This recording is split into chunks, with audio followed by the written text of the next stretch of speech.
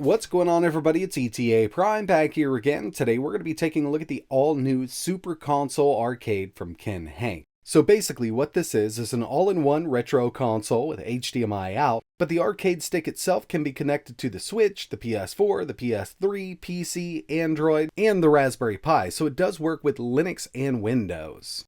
There's a few different modes here, like X input and D input, so you can swap it over from your PC to your PS4 and play your favorite fighting games with a fight stick. But I think the main draw to this would be the all-in-one console aspect of the whole unit itself. So let's go ahead and get this out of the box. We do get a few accessories with it, but I'm really interested to see what kind of CPU this thing's running. Now I know it's an all-in-one console with HDMI out. It does have USB in, Ethernet, Wi-Fi, Bluetooth, and of course the arcade control panel up top here. We've got a single stick and a round back. As you can see, here's all of our outputs and inputs. Definitely has a little bit of weight to it, and usually with these arcade sticks they do put a little steel plate inside. We'll do a disassembly just to check everything out, but it feels really sturdy the way it sits. So inside of the box we're going to get our HDMI cable. We have a USB Type-C cable, a USB Type-C to full-size USB adapter, our power supply, and of course the arcade stick itself. So up top here we do have a few little LED indicators, our mode button. This does support turbo, so we've got our turbo button up here, dedicated start and select. Obviously we've got the arcade stick itself, A, B, X, Y, and we've got 6 other action buttons that we can map to basically anything depending on what you're running this with. Checking out the bottom here, we do have some pretty hefty rubber feet, so this isn't going to go anywhere on the table, and like I mentioned, it does have some weight to it, but I want to pull this apart just to check out the internals and see if it would be easy enough to upgrade the stick and the buttons to real Sanwa hardware. So I've got everything pulled apart. It was easy enough to do. I did have to remove the rubber feet to get to the screws in the bottom, and I would recommend heating these up a little bit just so you can keep that glue. But we've got that steel plate in the bottom to keep the weight up on this arcade stick so it doesn't slide around on the table. We've got our main board right here with a CPU right on that heatsink. Definitely looks like a little Android box, and usually when it comes to the Super Consoles, these are running something like an Amlogic S905, so we'll have to take a look in the settings. And when it comes to the arcade hardware itself, this would be really easy to upgrade to real Sanwa buttons and a stick.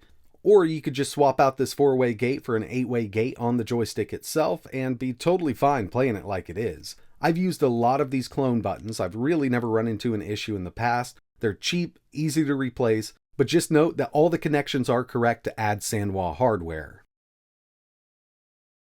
So let's go ahead and get this booted up for the first time. Really easy to do. I've just got HDMI and the power cable plugged in. We've got a physical power button on the rear.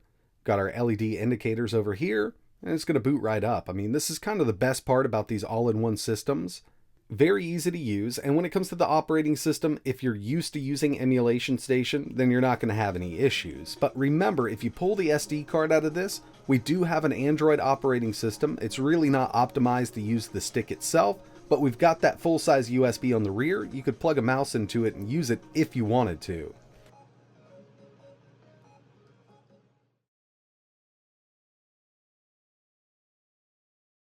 And here it is, ready to go. We've got the basic Emulation Station carbon theme going here. It is the dark carbon theme, but it's easy enough to change it. There are a few preloaded, or you could connect to Wi-Fi or over Ethernet and download more. One of my favorites is this one here. I just think it looks absolutely amazing. And of course, since our controller is an arcade stick, one of the main things that I would do is just play arcade games, mainly fighting games, some shooters, some beat 'em ups, but if you wanted to play some platformers, you could always get away with doing it on an arcade stick. I'm personally not big on that, so I'll go with the arcade stuff, and we're going to jump right into it with one of my favorite Neo Geo games, Blazing Star. I've got artwork for each one of these games, and once this loads up, it actually has bezels pre-installed, so it does look really good.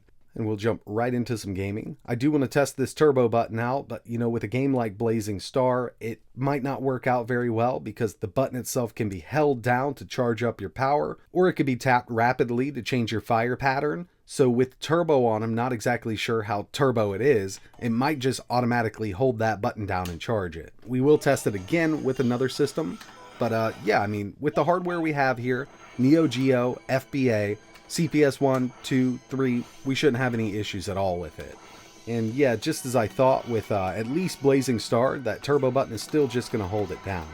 I'll find another game that it'll be a lot easier to use that turbo button with next.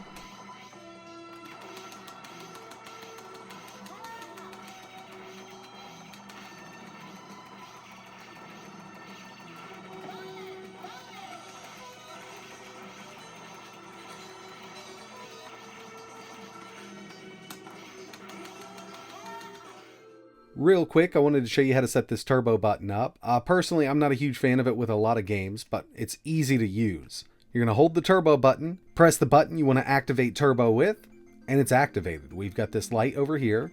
To deactivate it, again, hold turbo, press that button, and you're good to go. I also wanted to test a higher end emulator on this hardware, and here we have a Thomas Wave. This is using RetroArch with the Flycast core. It's definitely not horrible, but I do get a few audio issues here and there. But that's kind of a given for the hardware used in this stick, because basically what we have is the same hardware that comes in the Super Console, and that just happens to be the Amlogic S905L. It's actually the revision 3 that we have here. 4 cores up to 1.9 gigahertz. We've got a Mali 450 GPU up to 750 megahertz. And I actually can't find any information on the RAM variant we have here, but it's either 1 or 2. And you can opt to pick this up with a 64GB SD card or a 256GB SD card.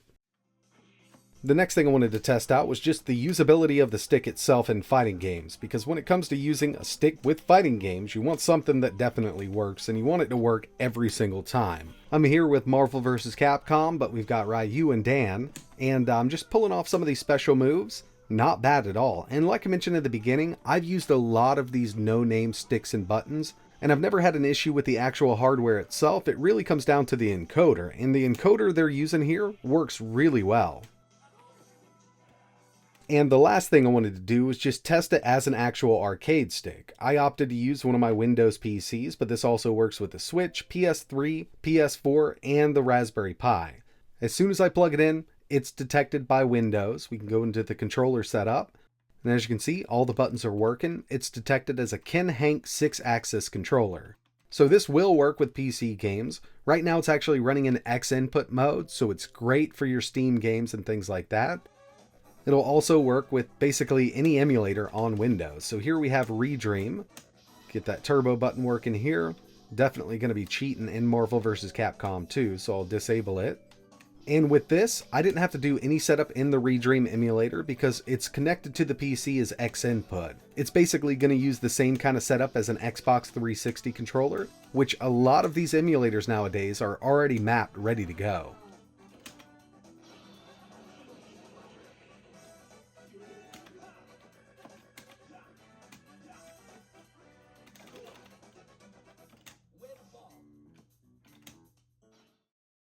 Another awesome system that this thing can handle just fine is Open Bore, or Open Beats of Rage.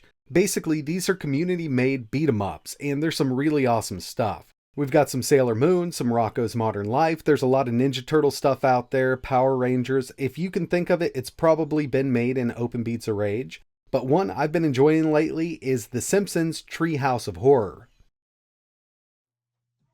I did go into the settings and turn the music off because it's Simpsons music throughout the game. But as you can see, we've got Homer, Krusty, and Alberto to choose from. The game looks really good and plays very, very nicely. Like I mentioned, I did turn the music off. It's much more enjoyable with that music going. But the animations look great. I mean, the artwork itself looks really awesome. But it's a really fun game, and if you enjoyed the Simpsons arcade game, you're going to love this. I also wanted to give you a quick look at the Rocko's Modern Life one. The artwork here is really awesome.